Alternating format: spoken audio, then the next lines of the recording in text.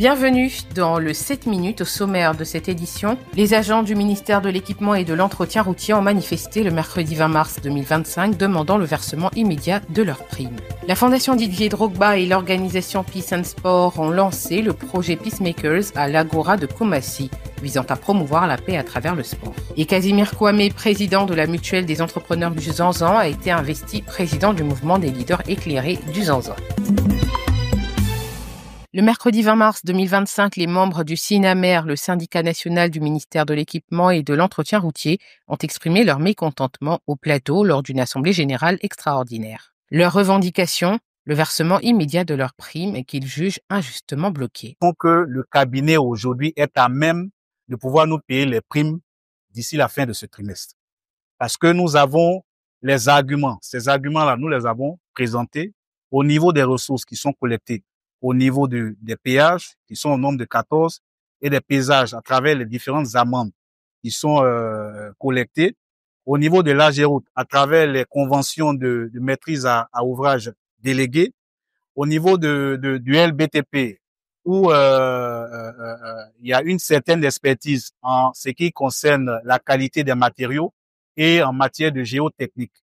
Toutes ces ressources-là devraient permettre à notre cabinet d'engager des démarches pour que les primes-là soient payées effectivement. Face à ce qu'il considère comme un mépris, le SINAMER a pris des mesures de pression, notamment le port de bandeaux rouges sur les lieux de travail en signe de protestation et le dépôt d'un préavis de grève après le 10 avril si aucune réponse favorable n'est donnée d'ici là.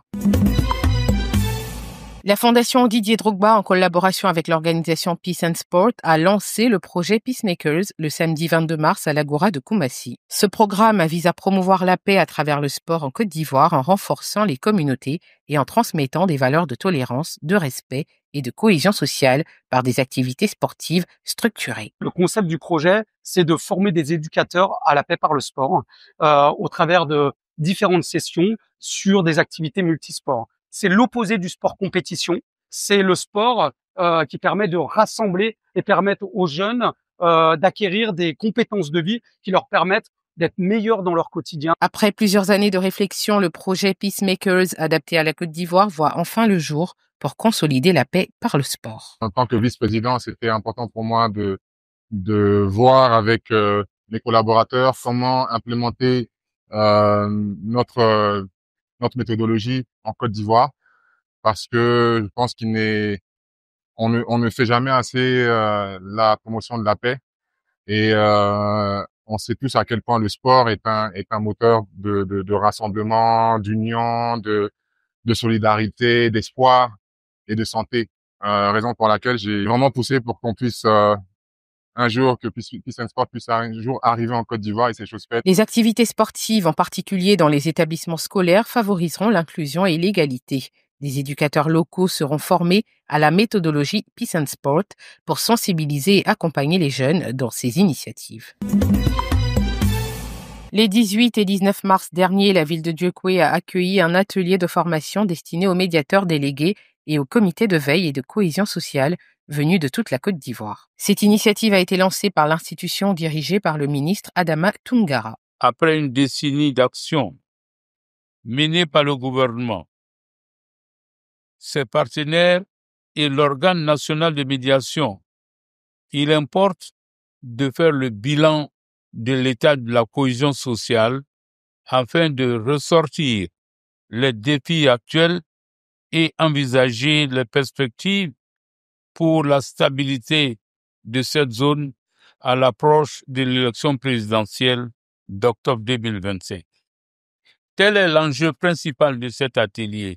Au terme de la formation, les médiateurs délégués et les membres des comités de veille ont partagé leurs impressions avec les journalistes. Ce qu'on connaissait déjà, ça a été renforcé.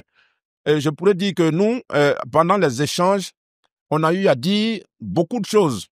On a eu à parler, par exemple, chacun a parlé de sa région, ce qu'il y a comme difficulté. Donc, ça nous a enseigné beaucoup de choses. Nous qui sommes chefs, on a tiré des leçons. Nous qui sommes présidents, on a tiré des leçons de ce séminaire. Il faut dire que ça a été enrichissant.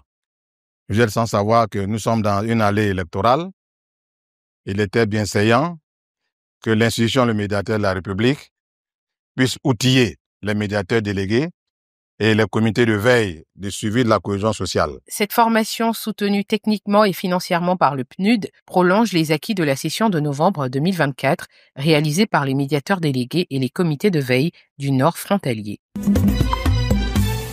Casimir Kwame, chef d'entreprise et président de la Mutuelle des entrepreneurs du Zanzan, a été investi à Bondo, président du mouvement des leaders éclairés du Zanzan. Ce mouvement a pour objectif de soutenir les projets structurants au bénéfice des communautés. Notre mission, c'est de chercher réellement le développement pour notre circonscription 074 qui compte 5 sous-préfectures. Et chacun doit, main dans la main, doit participer à l'édifice de développement de notre circonscription. L'un des enjeux majeurs du mouvement est la création de la circonscription 074, couvrant 5 sous-préfectures du département, pour améliorer l'accès aux services publics et renforcer la représentativité des populations.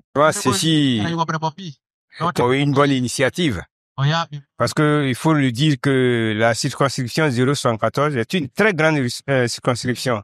Il nous faut des jeunes comme eux, afin de nous présenter partout où il se doit. Cette initiative, jugée essentielle pour le développement local, vise à stimuler les projets d'infrastructure et améliorer la vie des populations. Cet élan de dynamisme soit le partage des autres associations de jeunesse des sous-préfectures de la circonscription 074.